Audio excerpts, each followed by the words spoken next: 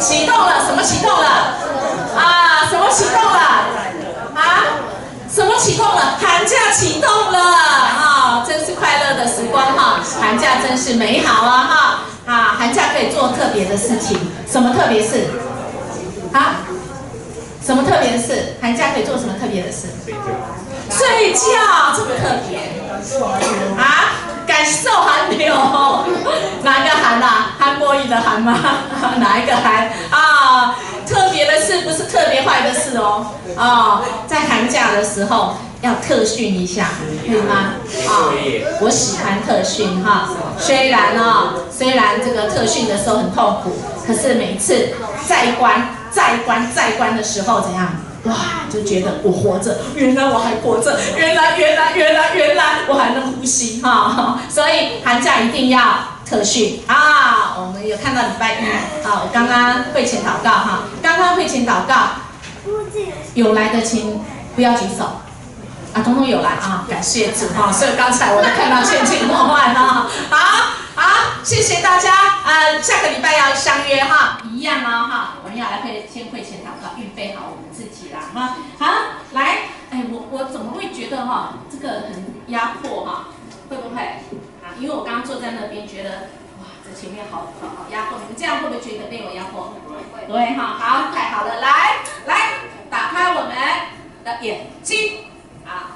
因为我这边就有经文啦，不用圣经了哈。打开我们的眼睛啊，来，我们要一起哦，哈，预备这一段的经文。这一段经文是启动了，启动什么？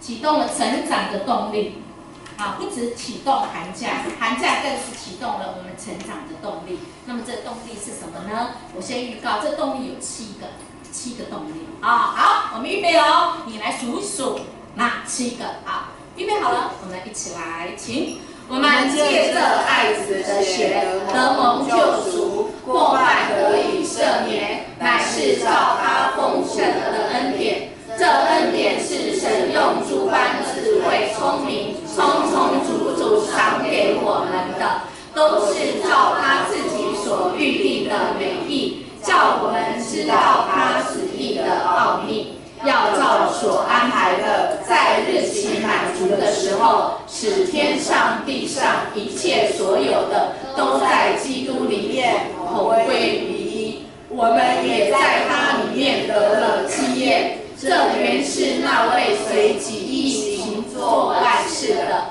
照着他旨意所预定的，叫他的荣耀从我们这首先在基督里有盼望的人可以得着称赞。哇，在这里的7个动力已经找到了吗？如果没有找到没关系，我们要一起来找好吗？增长，我不知道你会想到什么，我非常自然的就会想到植物。第二个我会想到人。我记得7年前，为什么我每一次想到我刚来教会就会想到杰宇跟木轩？怎么木轩今天没来？哦，被我点名到了哈。加班，好，来，这个有理由哈。我就想到我7年前来的时候，那个有人呢在我的办公室丢了一个震撼弹。我从神学院毕业，就马上给我启动一个让我不知道怎么接手的。居然一对男女是这样讲吗？对，应该是这样讲。跟我约时间说，那个传道我可以跟你谈一下吗？协谈。说哦，好吧，可以啊，哈。来一谈以后呢，居然这个弟兄呢，在我的面前就跟这个姐妹告白起来，说我们在一起吧。我说这是什么事情？这到底启动什么模式啊？然后呢，我就跟2位，如果大家有经过这个意念牧师的手的，你们大概就知道哈，我都会跟你们说，如果你们想要在一起，从异性当中认识人是怎么样的人，我是怎么样的我，从异性当中认识自己，认识我的话，你们先不要认定彼此为什么呢？那个理由就是，我来抽查一下，看有没有人还记得这个大家都不敢看我。尤其在2个礼拜以后要结婚的，也赶快看旁边。啊，那个2个礼拜以后谁要当新娘子？穿灰色的，穿咖啡色的。哈？哎，你不要笑我好不好？啊，新娘子可以起立吗？起立，然后转一圈，转一圈，哇！是啊，2个礼拜以后哈，2月2号我们都要来参加他的婚礼哦哈。好，来，这一对我讲过什么话？我来问一下哈，有没有人要告诉我说为什么先不要认定彼此？哎，我来点一下，今天穿绿色外套。头发卷卷，刚刚卷起来的。小卷的，小你敢讲哦？你不要欺负木轩哦。好，我来带他，要讲吗？愿意吗？你讲吧。我都说，因为呢，我们会成长。如果我们成长以后发现，我们现在认定彼此，我不能没有你，你不能没有我，结果定下来以后。大家会成长，就会成长的方向不一样，就发现彼此上你不是我的菜，我不是你的菜，怎么办？但是这看起来好像是哦，好像他们2个目前7年6年半，发现彼此还是的哈。那音乐牧师就会说，我们会成长，人会成长，除了植物会成长，人也会成长，所以你会发现，你好像成长的方向不一样，你就会发现原来有这个人跟我在一起要一辈子，可能不是那么适合，那么那时候才分手就很可惜，所以我都会说约定说，先不要认定，但事实上永嘉就不一样了啦，对不对？现在再不认定我就拿2年半以后要结婚，不认定也要认定了哈。好，那我们就来看这个启动这个启动，这成长的动力谁来启动呢？是谁启动的呢？成长以后，这个树就会多结果子，就会开花结果。我们是神的儿女，我们不只是成为基督徒，我们甚至是门徒。那我们就要成为一棵好树。好树呢，当然就会结好果子，这很自然的事情，一点都不会勉强，也不会很怎样硬挤，不会，因为硬挤的果子怎样不甜嘛，对不对？强求来的感情怎样？你们会接下一句哦。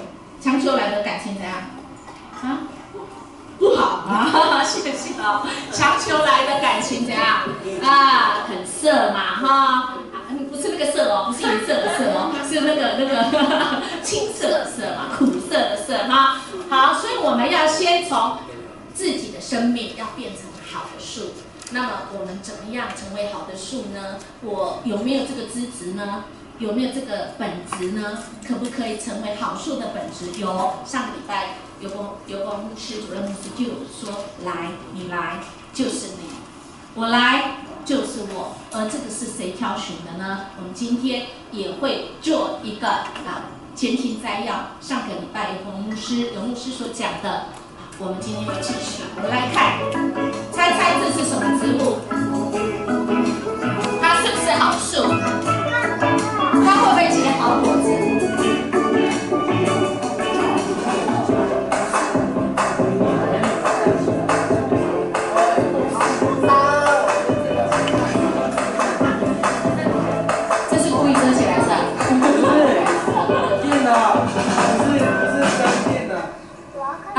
不是了等一下，是不是？你们猜猜，你们有猜到这是什么果实吗？它是不是好树？确定？真的？你等你就猜哦，好，来，那是什么果呢？第5到10天。什么？停一下，可以停一下吗？好，这是什么？谁说树？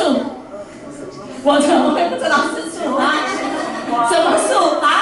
西瓜树是谁说的？怎么跟我姐姐一样？我姐姐读医学院的，居然到高中还说谁说什么树？槟榔树哦，来，你懂哦，你懂。他常吃槟榔啊。哦，是哦。错，不是槟榔树。好，还有这什么树？是不是荔枝？啊？奶鸡还是荔枝？好，来，芒果是谁？这边芒果呀，你是玉里人吗？你是玉井的人吗？芒果，谁？来，我们来看这是什么？感觉比较像槟榔，对不对？但不是槟榔，已经结果了。橄榄，好像哦。40多天就会变这样哦。葡萄，啊？还没有人猜到啊！哇，开花了！哇，哎，怎么会这样？没有啊，是这样吗？因为后面就出现答案了。哦，后面就出现答案了，所以就结掉了吗？对。啊，所以没有影像，对不对？对。啊，好，你们猜猜是什么？还是谁？打我！我藏在树上，打我！啊！一种花，对，一定要先开花才会结果。是花没有错。好，无花果就不用。是吗？无花果应该也要开花。好，有人知道吗？4千传都知道呀。枇杷好像，但不是。油桐花不是。好树，这个一定是好树，而且会结好果子。橄榄很像哈，释迦啊，释迦不是释迦，是世界。啊，来是什么？是什么？刺的榴莲。哇，后面那段没有，后面那段被截掉了。你会不会觉得很奇怪？那个它都长得很密，它怎么办呢？亲爱的大家，刺别人，所以有些就被怎样刺消掉了。最后能够长成的就是 number one， 其他的被挤掉的就是你是弱者，你就被掉。所以可以结成榴莲的都是第1名的，都是好果实啊。好，来，所以我们看好树呢，绝对会好果实。那你想，这个榴莲怎么谁让它长大？树需要什么？阳光很好，水分很好，土壤很好，还需要什么？肥料很好，厉害，4种，还有吗？还有什么？厌肥哦，你是专家对不对？我都忘了，对不起。园艺专家是哪一个？谁？就你啊，你还？不然是谁？好了，看这边，看我哦，好，来，一个植物除了需要阳光、水分跟什么？阳光、水分跟什么忘记了？空气，还有一个忘讲的，还有什么？肥料，还有一个，你没有它怎么样都长不出来？什么？不一定有土，不一定要土，对，还有吗？刚刚讲过了。啊？还有，你没有它永远就在那里，是什么？你没有种子，没有种下去有什么用？只有土地，只有没有种子有什么用？你告诉我啊！要有种子，要有够种嘛。你们不够种怎么行？对不对？要不要有种？要不要有种？要啊！没有种怎么会长大哈？好，我们的生命就是需要有种，神就是我们给我们这个生命，从很小就像种子很小，已经预备够用的成长的动力。那么成长动力为什么有些可以成长出好果实，有些没有办法呢？既然这个空气、雨水造好人也造坏人，为什么有些可以得着那个丰盛的基业，有些却不能呢？就看我们，上帝的心意是爱你，但是你要愿意接受。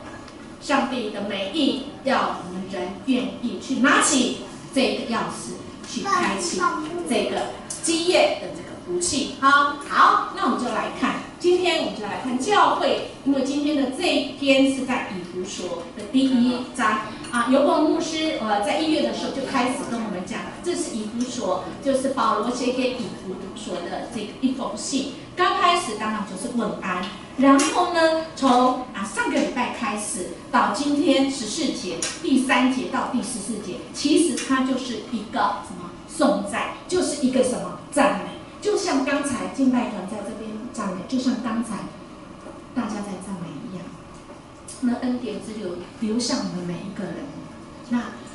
那个保罗他就是这样，除了问安，他就来赞美这一位的上帝。所以，我们如果看这段经文，从第3就上个礼拜我们做一个小节，就是前情摘要的话，那么第3节到第6节就是父的拣选跟预定。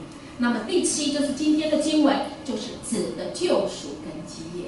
那么第13跟第14节是圣灵的印记跟凭子。我们今天上下都会讲到，也就是我们做一个整理，我们会把今天第3节到第14节，我们都会做一个小整理。这个整理就是一个颂赞。以弗所在哪里呢？什么原因保罗要写信给以弗所的教会呢？我只能说，以弗所的教会呢，是保罗跟很多位这个忠心的传道人，甚至连约翰，他都带着耶稣的母亲住在以弗所很多年。以弗所这间教会可以是说魔幻的教会。那么什么原因要写给他呢？因为写给他也要写给我们。以弗所教会只有在启示录被讲一件事情，什么事？被提醒一件事，什么事？你们失去了起初的爱心。应验牧师要先讲，免得我们又一直被带错误的翻译。其实起初的爱心应该来讲，更精确的意思就是你失去了第一的爱心。什么叫做第一？很好，我看到有人皱眉头，你在讲什么东西啊？没有，我要讲第一的爱心就是刚开始你信主的时候，刚开始上帝爱你的时候，刚开始在应验牧师办公室告白的时候，都把对方当作第一顺位，第一。可是等到你7年、10年结婚现在很流行10年前，对不对？2009到2019，对不对？10年前跟10年后，你就发现怎样？他已经不再把你放在第一个位置。他虽然还爱你，但是已经不是第一个位置。所以其实这个启示录他来责备以弗所在讲的起初的爱心，不是我们以为的那个已经没有爱心，不是，而是把第一当作什么？已经不是爱，第一当作什么？是责备，第一当作律法，第一当作别的来替代爱心。好，我们来看以弗所是一个怎么样的人我们回到以弗所，所以我们不用今年年底不用去什么西土耳其、希腊，我们不用去，我们现在就可以先预知来，我们来看一下，因为以弗所在土耳其，可以吗？他都这样子重新再一次吗？他有时候可以，有时候不可以，对不对？切换面吗？把画面换回来，是这样吗？再一次，以弗所，耶！这个值10几万你如果要需要10几万看看上个礼拜有牧师说的那个什么神，他们拜什么神？在保罗的下一次旅行传道中，他在以弗所停留差不多3年时间。除了在第2次旅行传道临近结束时，在以弗所短暂停留之外，其他时候并没有去过那里。保罗从安提阿起行，沿着最短的路直接来到以弗所。以弗所是亚细亚省的省会，是罗马帝国最大最重要的城邑之一。以弗所的人口超过25万，是亚迪米女神的崇拜中心。有没有上个礼拜有没有看到这个？都是什么乳房，所以这个也有被称为乳房神。在艺术作品中被描绘为长着许多乳房的女清神。在当时已知的世界中，有很多人崇拜他。这座雅迪米神庙位于伊加波利的格拉森。在新约时期，以弗所被尊为大雅迪米神庙的守护者。在该城发掘出的一处铭文上就刻着这一句话。路加在《使徒行传》中也提到这句话。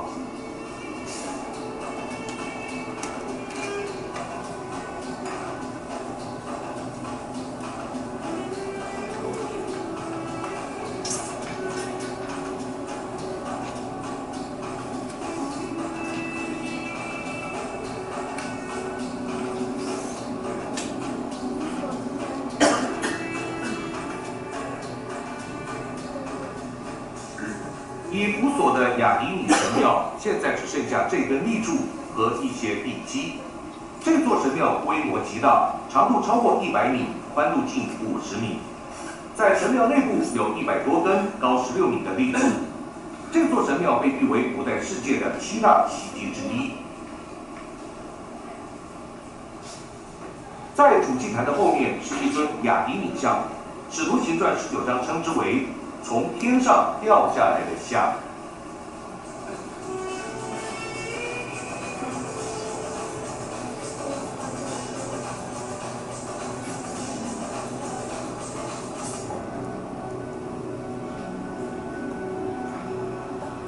哇，这么大的剧场，没有麦克风哦，可是居然可以在里面讲话的。保罗在以弗所的传道非常成功，以致那些出售雅迪米及其神像模型的商人担心他们的生意会因此受到亏损。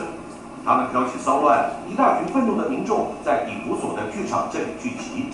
这是罗马帝国最大的剧场之一，可以容纳约25000人。25000人。骚乱持续了约2个小时。保罗想进去剧场向民众说话，但是他的朋友觉得太危险，不让他进去。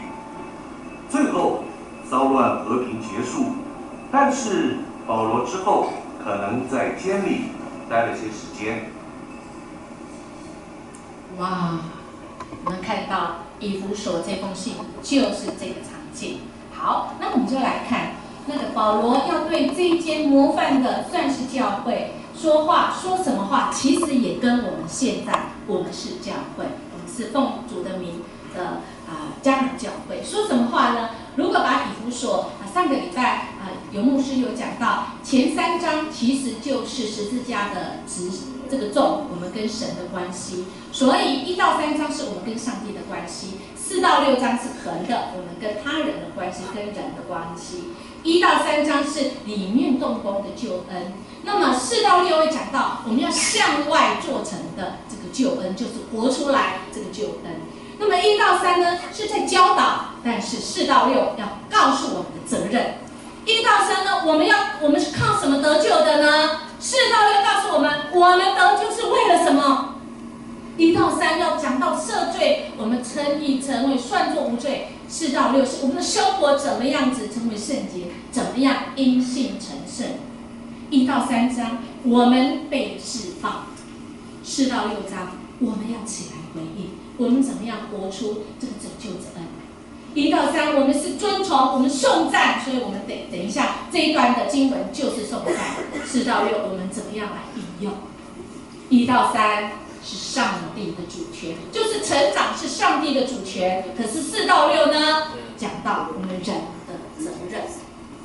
亲爱的大家，如果我们这个3个月内，我们会讲到1到3章，接下来以后我们会再讲到4到6章。如果我们迦南教会是一个多结果子的教会，那么我们在里面自然我们也会成为多结果子的神的门徒，我们也会成为人会因我们而得福。所以今天要讲到7个成长的动力，因为神已经动了，神已经动了。你说哪里有？今天讲完你就知道，到处都是神已经启动了，你不知道所以我们尽管放心接受上帝，接受上帝各样属灵的福气。上个礼拜有牧师就讲，我们都有，因为这个是神所赐给我们属灵的福气，这福气是给我们新的生命，有各样属灵的福气。哪些福气？今天会更深的来讲。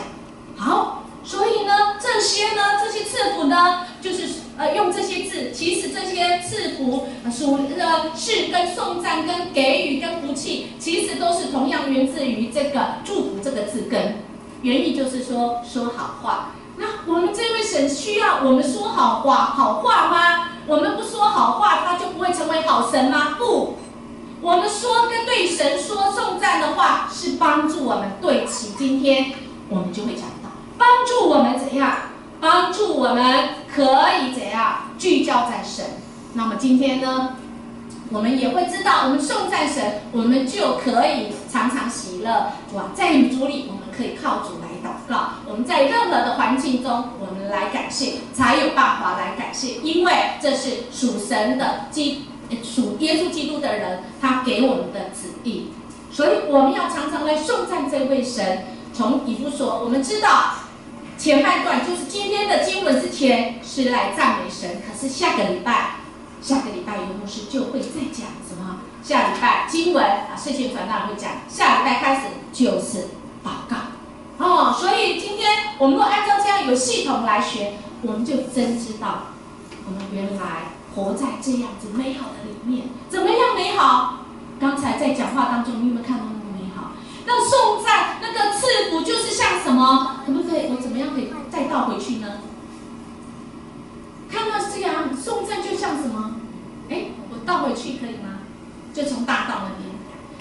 这个赐福就是很像给你一个影像，就像大道，就像这些美好的东西，就像赛马，就像老鹰飞在天上。你说那是什么？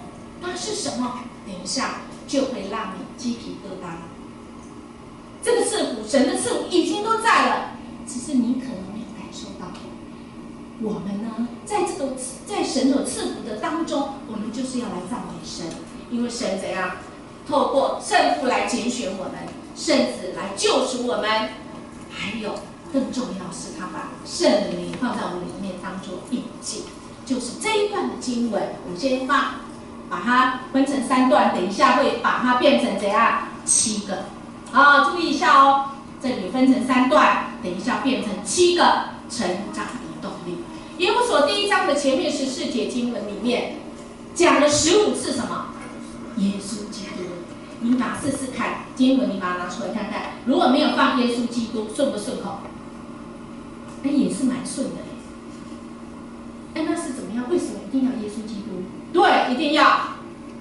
因为只有耶稣基督才能够拯救，使我们有怎样有新的生命，我们才不会还在那个旧人里面，在那个亚当那个犯罪堕落的里面。我们呢，在基督里，我们才能够得赎，我们才能靠别人都不行。所以他一再的强调，我们要因着耶稣基督，因着耶稣基督。所以我们刚刚有讲这一段经文，不断的他就插入什么？耶稣基督。若没有耶稣基督，我们怎样？这些福气都跟我们没关。你会说，阳光、空气、雨怎样？也造好人，也造坏人。那为什么他们一样有福气，属地的福气，而我呢？我有耶稣基督，我有什么福气？我要颂赞什么呢？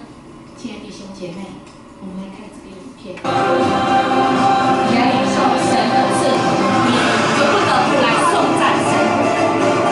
这是在哪里呢？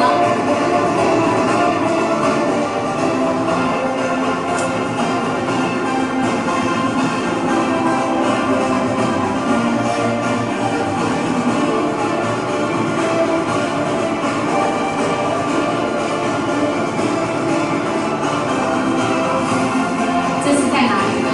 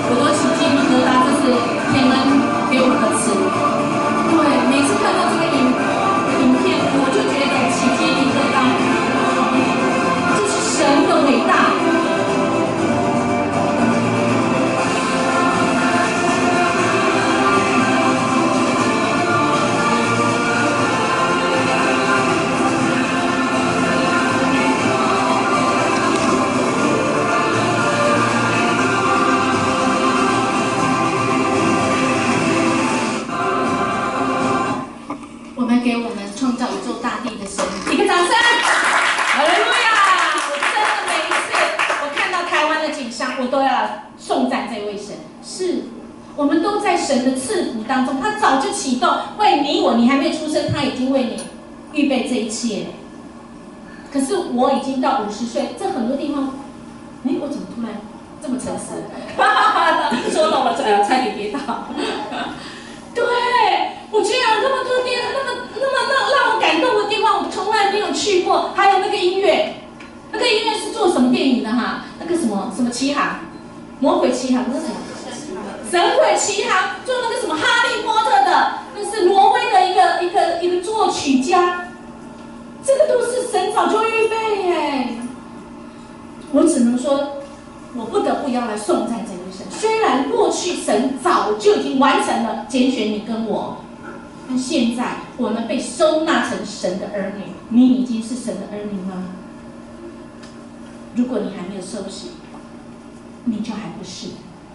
现在你可以拿到这样子的福分，因为神的儿女的福分跟不是那差很多。这些美好跟你会没有关系。那将来呢？我们有了拣选，有了神的儿女，我们就跟神是合一。在主力里面，我们要完成很多你平常没有办法完成，你一个人没有办法完成。今天以弗所就是再次告诉我们，我们一个人绝对没办法走很远，两个人呢，有没有办法走很远？更远一点。那我们教会是被神所呼召一群，我们真的和一定不一样。拣选在第4节开始讲，上个礼拜我们牧师有讲过，简单前情摘要，就是神早就拣选我们，而且拣选我们是因为怎样？他爱我们，他要我们怎样？拣选为了要我们做什么事？给我们一个目的地，那目的地是什么呢？就是要我们成为他的儿女，就是要我们怎样过圣洁的生活。有这个动力，我们不犯罪，我们跟罪没有关系。拣选是叫我们谦卑，而不是自夸。拣选，我们被选来，你来，是让我们心中明白神在我们身上的作为。作为做什么？做什么？接下来经文就来讲预定什么事，就是具体的目的地。我们看一本书，那个人刚刚过世，叫毕得森啊，他就讲预定。他有一次，他讲的是很难跟人家讲什么叫做预定啊。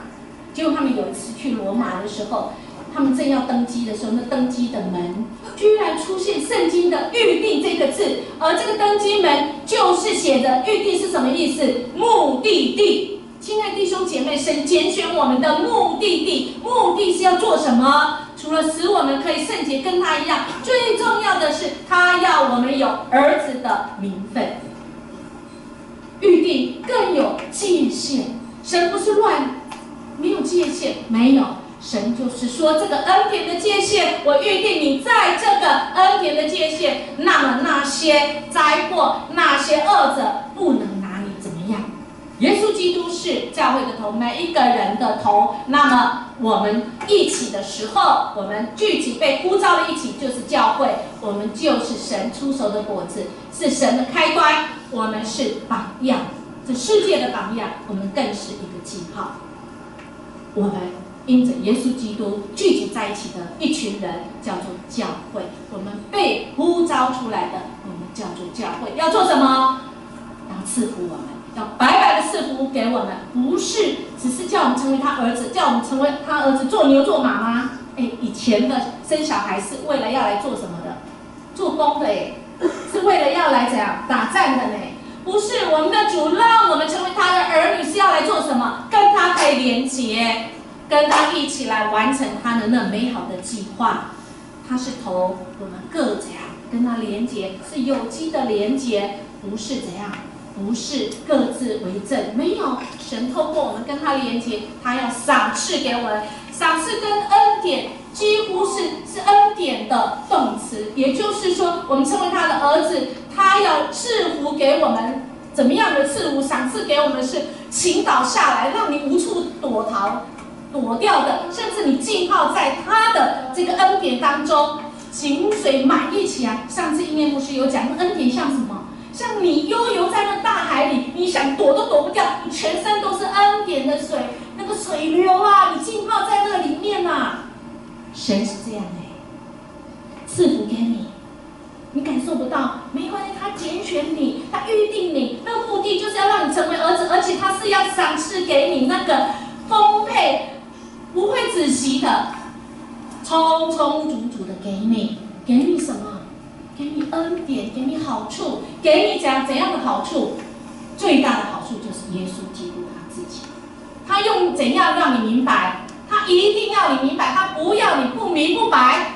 所以，亲爱的弟兄姐妹，接受了耶稣的福音，成为神的儿女，不要不明不白，因为神叫我们要知道、认识他，叫我们要知道他所赐的福是怎么样，所以他赐给我们百般的智慧，充充足足给我们。因为这样子，我们要来更认识神，要来颂赞这位神。更重要，最后也就是这一段颂赞的等于结尾。同归于一，跟神是连接在一起的，再按照神的这些赐福满出来，他要我们怎样跟他同归于一。在地上的表率就是在教会中，我们跟神要连接。我们做一个小结，地上的福气有哪些？就这些嘛，你想都知道，膝盖想都知道。可是我们有属天的福气不一样。我们是被拣选，我们是要跟神一样圣洁无瑕疵。当我们跟神面对面的时候，这些恶者不能控告我们说他是有罪的下地狱，没有，因为我们被神拣选，我们神已经替代我们的罪。地上的福气是地位跟尊荣，神给我们的是什么？他预定给我们是得儿子的名分。在地上是健康跟长寿，没有我们是怎样被救赎，我们怎样是可以重新再来的。地上的是聪明才干，神怎样？不止聪明才干，他启示给你真知道神，因为神是万福的源头，甚至是智慧的源头。那么敬畏他，我们哪有什么智慧会缺少？不会。甚至地上的福气是财富，但是我们属天的是可以得着基业。我们等一下来讲什么是基业，简单来讲就是耶稣自己。所以圣经经文在最后讲，你们得着基业，你们也成为基业，就是你跟神连结，在教会里，你就是上帝的枝子，跟这棵树，这棵神的跟神成长的这棵树，跟神有连结。所以我们2楼有一个耶稣讲的话说：“我就是什么葡萄树，你们是枝子。”亲爱大家，我们要这个福气是属天的还是地上？我要跟你们讲，你们一定要选什么？属天，因为你有属天的，你就会有属地的。你如果只有属地的福气，哎呀，期限有限，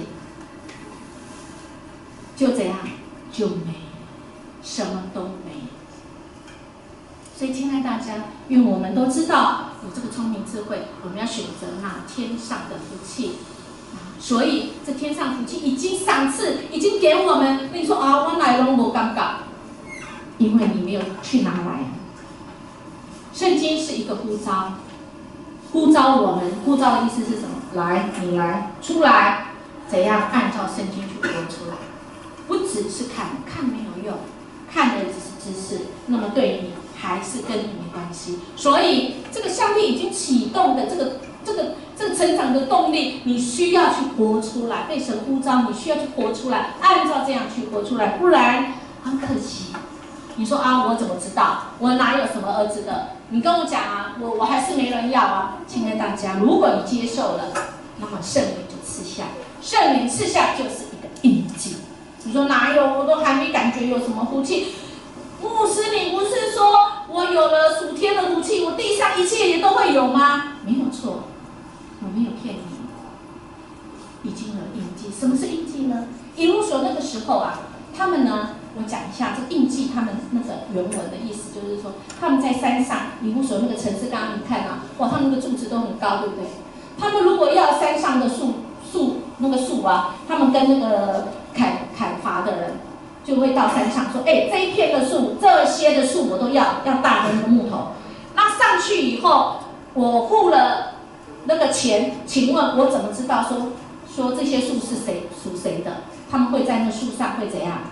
会有个印记，从那个怎样，从那山上就会让它流到海里。所以我买树的人，我只要到以弗所的港口，再过几天，我到这个港口去接我的什么？我买的树。那我怎么知道呢？流下来，从山上滚下来，流下来，在那个海里面，他们从上面滚到那个海里面的树木，哪里知道是我已经付钱了？怎么知道？那树面上面会有什么？会印记，就是这个意思。虽然我现在付了钱，我还拿不到那个木头，但是我已经怎样安心了，因为那些被砍的已经做记号，已经开始滚，从山上滚。他们以前不会用卡车，以前没有卡车啊，从上面一直滚，然后跟着河水这样流下来。那一些已经是我的，虽然我还没有拿到。他们买土地更可爱哦，他们就去山上或者是去哪里买土地啊？我跟你买这块土地，我预付那个钱给你。那以前没有字那么方便，我怎么知道你有付钱？好，你付了钱，我会给你一个什么？会给你一个什么？一个那个，可不可以拿？谢谢。好，他会给他一个什么？像这个一样。这是什么？瓶子。他会打开瓶子怎样？这一块土地，好，你买了对不对？你有付钱吗？你有买了这块土地，你有没有付钱？什么？有没有付？你说原住民保留地有没有？不是，是以弗所那时候的。哦，没有。如果你买了，你没有，那就不会有给你。如果你买了，谁要买？而且付了，谁呢？地主好不好？好，你已经付了，对不对？那你没有去啊？以前没有什么地政事务所，怎么办？地上马上这一块，你买这一块哈，挖什么？挖土，然后放在什么瓶子里，然后锁起来，然后就告诉你什么？来，视线传到这个你买了，拿给那个付的钱。你去到那里，只要拿这一瓶里面的土，这个就是印记，这个意思。亲爱大家，你已经是属，如果你已经受洗圣灵，领受圣灵，那么圣灵就是印记，已经印上去，你看不到，但是谁看得到？灵界的看得见。我们礼拜5才讲视线传道，讲一个他妈妈的故事，他好像从一个算命的前面过，那算命的怎么跟他妈妈讲？说什么？你的命在另外一个地方啦，算不出来的啦。这样了解吗？印记是这个意思，他是看得见。另外一个好像一个童工，也是他的他那个更妙，他还没有信主之前，那他都还在寻求说，他要信什么教，然后在他好像1年前，他还没信主的前，然后人家带他去那个算命的，然后算命的就要跟他讲说你不是信这个神啊，你要信另外那个神，他好像有讲什么名字，你明年就会知道你要信那个神，而他真的明年怎样，就有人传福音给他。亲爱大家，我们还没有受洗的时候，上帝已经预备好够用的恩典。今天的经文里，今天的周报第6页有一个苏丽花，你们可以回去看，你就会发现，真的在我们小组长他们家还没有信主的时候，神早就已经拣选他们，预定他们要成为上帝儿女，要赐福他们。荣耀呢？这段经文都在颂赞荣耀。什么是荣耀呢？荣耀就是美好，神的美好，我们要赞美神的美好。那么我们怎么赞美？说主啊，我赞美你，那一些好处我都有了吗？主啊，我可不可以到你面前来许个愿望呢？我们来看小薇她怎么许她的愿望。Syria war. That war has gone on for 2 years, and I think it's time for us to talk about it. I think it's going to happen. I have a good feeling. I think that the Syria government and the Syria war. Syrian refugees need to rise. The brutal conflict has created. 他觉得叙利亚战争应该会结束，结果更惨。Moving to Thailand very soon. I wish that Thailand can finally get back to how it used to be. Yes, this is going to be a year. 他搬到泰国，他希望泰国会变很好，稳定的经济。I have a good feeling. That's going to be my year wish. Protesters were killed. The army is now detention. 结果泰国军事政变。你许的愿望总是逆向，跟你许的是逆向。 What's been happening to the Rohingya refugees are truly horrible. And I wish that this is the year where the tragedy finally stops. I'm so excited about the election. I feel like this is a year where we're finally going to have a female president for the first time in history. I'm with her. I have a good feeling. This is under your wish. A rapist. Rage over an abusive anger and protest between these demonstrators learning to keep control. I wish everyone in the UK will come to their senses and decide what's best for them. 他还笑得出来。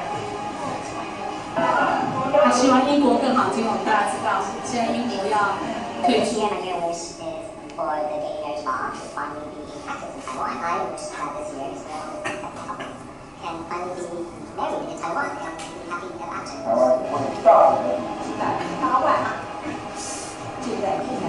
属于征战。 My dear wish.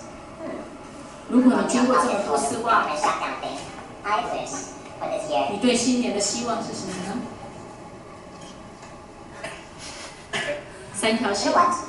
I wish Donald Trump built that wall. May his wall be as great and as magnificent as a blue whale's dick, and all the immigrant children who lose their family at the border will never see their parents again. I wish this year Apple's would get launched and let them crack them, and that's going to cost $5 US. And this time, the phone doesn't have holes, so you cannot charge it every time the battery dies. You have to buy a new one. I wish more people knew everyone the rate is going to die. And if that doesn't happen, then asteroids will hit and we'll all just explode. And guess what? Choose to go to hell, but we die almost tragically and are in heaven with all the homophobic, right-wing morons, and we'll all spread and think of Jesus every day for eternity. 每天歌颂天，每天歌颂主在天堂，真是他，你看他的脸，他是一个怎么样逆向的？他怎么许愿，那个应验的就会跟他相反的事情。现在大家，你有曾经过这样吗？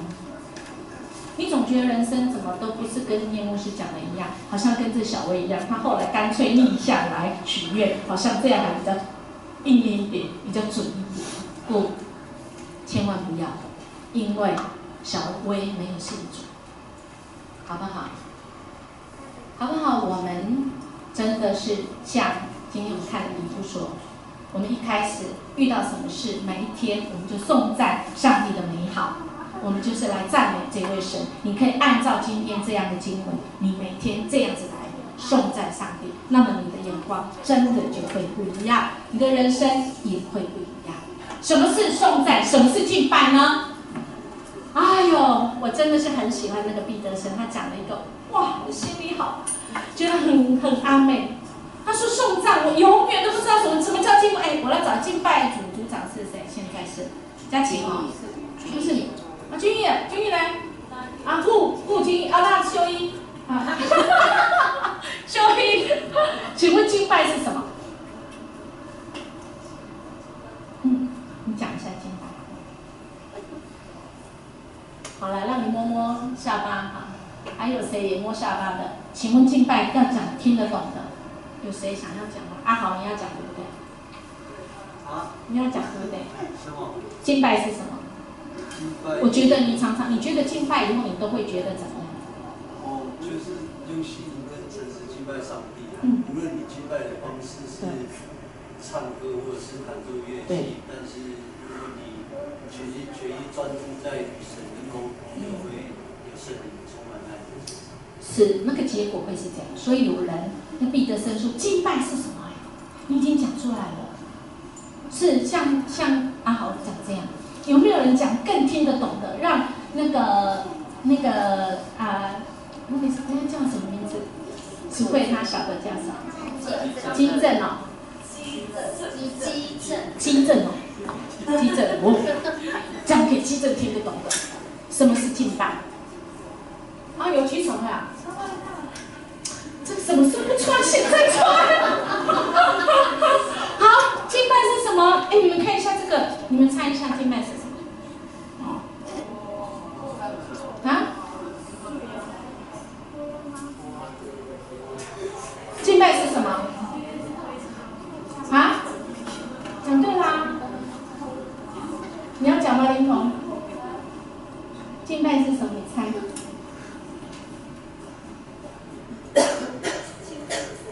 亲近神，如果结果会怎样？毕德生讲敬拜，注意听下面哦，就是让混乱变怎样？让混乱变秩序。敬拜就是混沌变什么？变混沌变水饺是谁？哎，我佩服你，明天我讲到可不可以讲一个笑话？混沌的，你的生活很混沌，很不明，很乱。你有没有过很乱的？透过敬拜，你就会变成很清很明。所以，亲爱的大家，我很喜欢他讲的，敬拜就是让他归位。如果你的生命是很混乱的，好不好？你就到神的面前来敬拜，那么你会来归位。归位做什么？如果你一个人没办法，意念牧师要邀请你再看，还没，等一下哈。意念牧师要邀请你看第7页。魏连岳老师曾经来我们这里，他写过《死亡神学》，他写了一篇给意图自杀的朋友。他说：“我相信你的生命正经历到难以解决的困难，已经无法承受的极大苦难。你觉得生命走到了尽头，无力再继续走下去。我也相信你已经意识到，即使你身边有些亲朋好友都愿意相助，但他们所能提供的帮助其实很有限，也不能改变情况或解决问题。特别若是那些问题不是身体上或实质上的，而是心灵上，就更加困难。同时，你也觉悟到，无论是从自己身上或他人那边，都无法再得到活下去的意义和力量。”魏连岳老师邀请，如果你或别人你知道的人，他有类似像这样，请你带他或他自己可以做下面的祷告。我们一起来读好吗？亲爱的上帝那边有吗？周报第7页，我们一起来读好吗？不管你现在在什么情况，我们一起来读这个祷告好吗？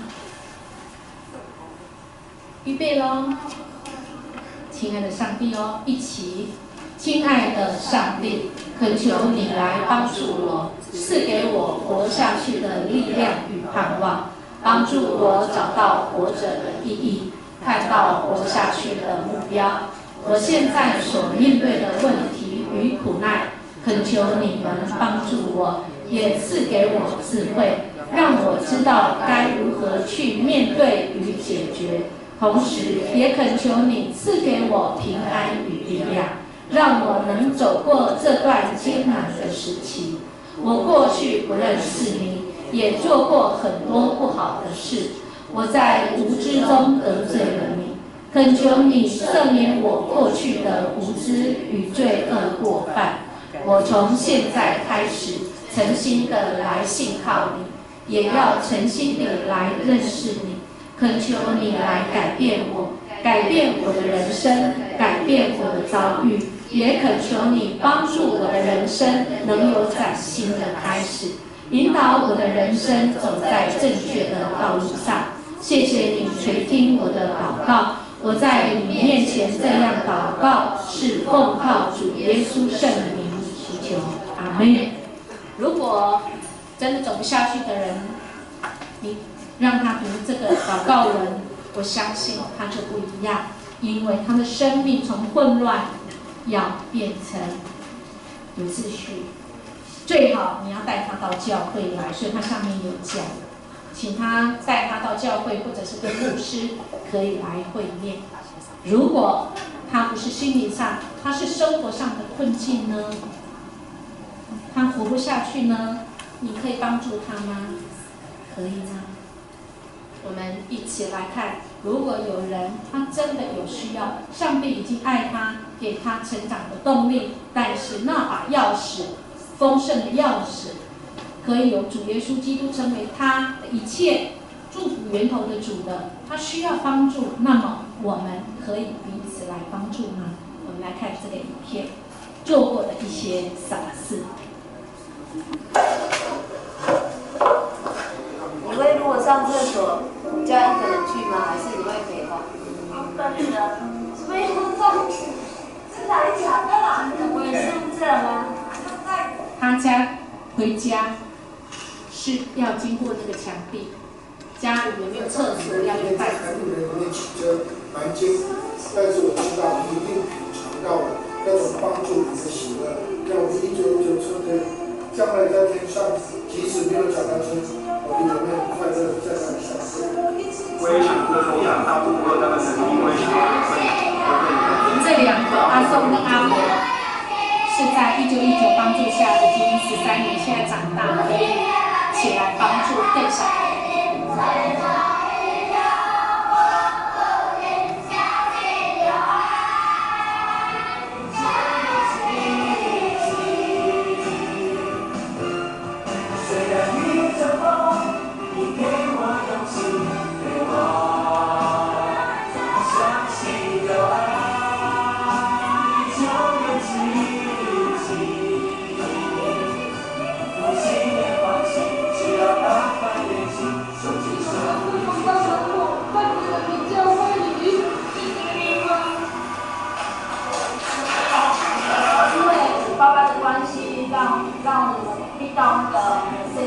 刚才那个妹妹已经长大了哦，她也成为1919的老师哦，也减轻了我妈妈的负担，然后13年。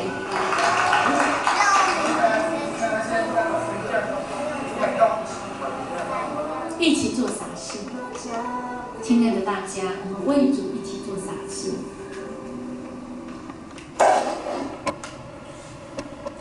我们领受神这么多爱，有人正需要帮忙。我们都是神的儿女，只要你愿意，我们都可以成为神的产业。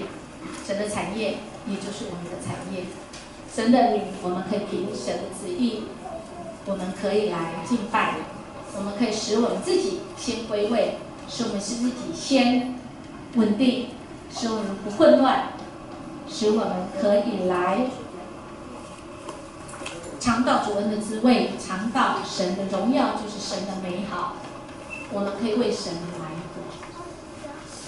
如果你已经在沉沦，你在痛苦中，那么有一个人，过去他非常的痛苦，他因着一个像芝麻大的，像芝麻那么大，那么应该讲那么小，掉在他身上，他得了一种病叫莱姆症。从此以后没有力气，甚至没有力气呼吸。过去5年，他在痛苦中，最后他知道他已经离死亡很近的时候，他呼求上帝。而他当时呼求上帝说：“主啊，你让我抬出水面，不要让我溺死，让我抬出水面。主啊，你帮助我，我要一生来颂赞你。”神在吗？不在。这个歌星是歌星，他叫艾薇儿。我们一起来。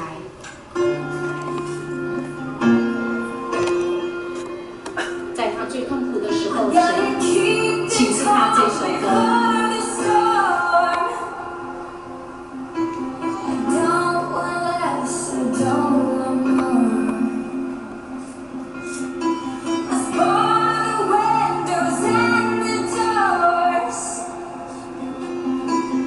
Keep me safe, to keep me warm.